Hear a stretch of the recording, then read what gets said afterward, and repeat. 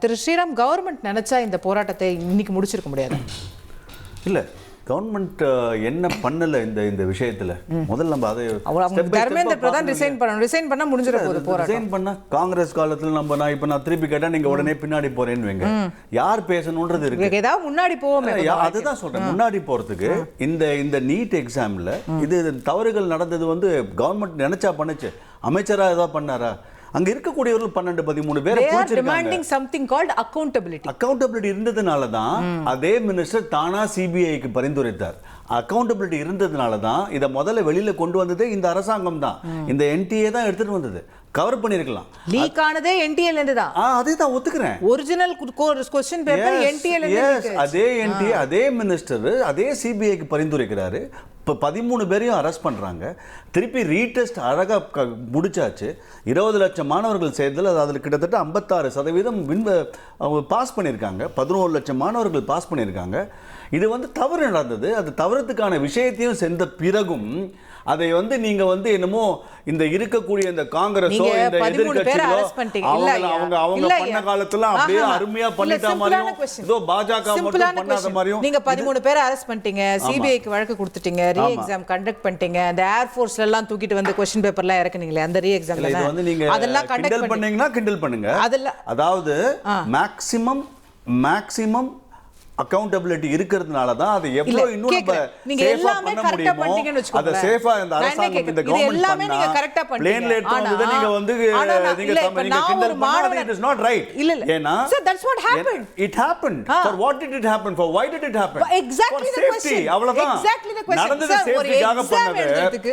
ஒரு எக்ஸாம் எழுதுறதுக்கு air force வேணும்னா எங்க எல்லா நாட்டுல சார் குரூப் 4 எக்ஸாம் தமிழ்நாட்டுல போன திராவிட மாடல் அரசாங்கத்துல 5 வருஷத்துல 4 வாட்டி இல்ல 4 வாட்டி லீக் ஆச்சு. ஏதாவது கேட்டீங்க? இந்த தமிழ்நாடு மீடியா ஏதாவது கேட்டுச்சு? உங்களால ஒரு 30,000 பேர் தான் இங்க எக்ஸாம் எழுதினாங்க. அந்த 4 வாட்டியும் கேன்சல் பண்ணி சொதப்பி ரிசல்ட் வராம எவ்வளவு பண்ணிருக்காங்களே. அதெல்லாம் இங்க இந்த மீடியால கேட்ட மாதிரியே எனக்கு தெரியலையே. எல்லாம் சூப்பரா வந்துச்சா? இது 20 லட்சம் பசங்க பண்றாங்க. இதுல பிரச்சனைகள் இருக்கு. தவறு நடந்தது, மறுக்கவில்லை. அந்த அக்கவுண்டபிலிட்டிக்கு சிபிஐ ஆர்டர் பண்ணி 12 பேரையும் பிடிச்சாச்சு, ரீடெஸ்ட் பண்ணியாச்சு. 56% பசங்க வின் பண்ணிருக்காங்கன்னா இருங்க. இது முதல்ல ஸ்டூடெண்ட் கேம்பெயின் இல்ல, இது ஸ்டூடெண்ட்ஸ் ப்ரொடெஸ்ட் இல்ல. எதுக்கு லாரி ஃபுல்லா கல்லு? இதான் ஸ்டூடெண்ட்ஸ் பண்ற அழகா? எதுக்கு ராமரை பத்தி அங்க எதுக்கு கோஷம் போடணும்? அங்க உமர் காலித் பத்தி எதுக்கு அங்க கோஷம் போடணும்? அங்க பிரைம் மினிஸ்டர் சாகணும்னு எதுக்கு கோஷம் போடணும்? என்ன இதெல்லாம் யார் இவங்கெல்லாம்? ஸ்டூடெண்ட்ஸ் ஜல்லிக்கட்டு தமிழ்நாட்டில் நடந்தது. என்ன எப்படி நடந்தது? அது உண்மையாக ஒரு மாணவர்களின் எழுச்சின்னு சொல்லுங்க, அது கரெக்ட். அதுலயும் நீங்க சொல்ற எல்லா குற்றச்சாட்டுகளும் அது கடைசியிலங்க நடந்தது எங்க? இங்க நடக்குது எங்க? இங்க வர ராகுல் காந்திக்கு ராஜஸ்தான்ல அசோக் கெலாட் அவர் ஆட்சி நடந்தது. அவர் சிஎம், அவரோட சிஎம் தான் நடந்தாரு. அங்க எவ்வளவு பேப்பர் லீக் ஆகி எவ்வளவு அங்க போனாரா இந்த ராகுல் காந்தியும் பிரியங்கா? ஏன்னா அவங்க எல்லாம் காம்படிட்டிவ் எக்ஸாமே லைஃப்ல எழுதுது இல்லைங்க. காம்படிட்டிவ் எக்ஸாம் எழுதியிருந்தா இனியன் ராபர்ட்டும் அவரும் பாவம் எழுதியிருப்பாரு. அந்த அம்மாவும் அவர் ராகுல் காந்தியும் உங்க கட்சி சொந்த கட்சி இல்ல. அவர்களுக்கு இதெல்லாம் அவங்களுக்கு தெரியாதுங்க விஷயம். அதனால இந்த அரசாங்கம் தவறு நடந்தது மறுக்கவில்லை. ஆனால் எதை செய்ய வேண்டுமோ இந்த அரசாங்கம் செய்தது மாற்று கருத்து இல்லை. ஓகே, கேட்போம். திரு இனியன் ராபர்ட், இன்னைக்கு ஒரு ஸ்டூடெண்ட் ப்ரொடெஸ்ட்டை காங்கிரஸ் தன்னோட ப்ரொடெஸ்ட்டை ஹைஜாக் பண்ண பாக்குதா? டிஎன்பிஎஸ்சி கூட நீங்க நீட்டை கம்பேர் பண்றதே முதல்ல வேடிக்கையான ஒன்று. டிஎன்பிஎஸ்சி ஒரு காம்படிட்டிவ் எக்ஸாம். இது காம்படிட்டிவ் எக்ஸாம் தாண்டின ஒரு எலிஜிபிலிட்டி டெஸ்டிங் எக்ஸாம். ரெண்டாவது ஏஜ் குரூப். நீட் எக்ஸாம் எழுதுற ஏஜ் குரூப் என்ன, டிஎன்பிஎஸ்சி எழுதுற ஏஜ் சார் எங்க பேப்பர் லீக் நடந்தாலும் தவறு தான். நெட்ரிகட் திருப்பணும் குற்றம் குற்றமே, அது பிரச்சனை இல்ல. அது டிஎன்பிஎஸ்சி லீக் ஆக கூடாது தான். அது சரியா? நம்ம தனியா விவாதிப்போம். நீங்க இப்ப இதுக்கு வருவோம் விவாதிக்கலாம். ஆனா நீட்ல பாதிக்கப்பட்ட குழந்தைகள் இதுல என்னன்னா வெறும் ஃபெயில் ஆகிறது மட்டும் இல்ல, பல குழந்தைகள் தற்கொலை பண்ணி இறந்திருக்கிறாங்க. அந்த ப்ரிப்பரேஷன் டைம்ல ஒவ்வொரு குடும்பத்துக்கும் எவ்வளவு மென்டல் ஸ்ட்ரெஸ் ஏற்பட்டிருக்கு. அது எல்லாத்துக்கும் தான் அக்கௌண்டபிலிட்டி நாங்க கேட்கிறோம். நாங்க நீட் எக்ஸாம் ஒரு ரீ எக்ஸாம் ஒரு 15 நாள் ரீ எக்ஸாம் வச்சீங்கன்னா அந்த குழந்தை மட்டும் இல்ல, அந்த குடும்பத்தில் உள்ள எல்லாருமே இந்த ஸ்ட்ரெஸ் அண்டர்கோ பண்றாங்க. 100%. அதுல தற்கொலை பண்ணி இறந்தவங்களும் சேர்த்துதான் நான் சொல்றேன். அப்போ இவர்களுக்கான நிதி உதவி என்ன கொடுக்கப்பட்டிருக்கிறது? அதை சேர்த்துதான் நீங்க தர்மேந்திர பிரதானுடைய ராஜினாமாவை சிஜேபி கேட்கறாங்க, அதை காங்கிரஸ் ஆதரிக்குது. நீங்க கேட்ட கேள்விக்கு வரேன். நீங்க என்ன கேட்க வந்தீங்கன்னா, சிஜேபியின் போராட்டத்தை காங்கிரஸ் ஹைஜாக் பண்ண ட்ரை பண்ணுதான்னு ஒரு பாயிண்ட் நீங்க வச்சீங்கல்ல. இது வந்து காங்கிரஸ் பிஜேபி கிடையாதுங்க. அண்ணா ஹசாரே போராட்டத்தை வந்து உருவாக்குற மாதிரி உருவாக்கி விட்டு அதை வெளியிலிருந்து ஹைஜாக் பண்ணி அதனால ஆம் ஆத்மி கட்சி உடைஞ்சு அதன் பிறகு அந்த கிரெடிட் எல்லாம் எடுத்துக்கிட்டு மோடி தான் ஊழலை ஒழிக்க பிறந்தவர், அவர் வந்து சுவிஸ் பேங்க்ல இருக்க பணத்தெல்லாம் கொண்டு வந்து இந்தியாவில் எல்லாருக்கும் 15 லட்சம் அக்கௌண்ட்ல போட்டுருவாரு அப்படின்னு சொல்ற ஒரு நடைமுறை காங்கிரஸ் இங்க எதுவுமே பண்ணல. நாங்க தார்மீக ஆதரவு, ஒரு மாரல் சப்போர்ட் காங்கிரஸ் கட்சி, காங்கிரஸ் மட்டுமே இல்ல ராகுல் சார், இந்த ப்ரொடெஸ்ட் ஜூன் 6ஆம் தேதியில இருந்து நடக்குது.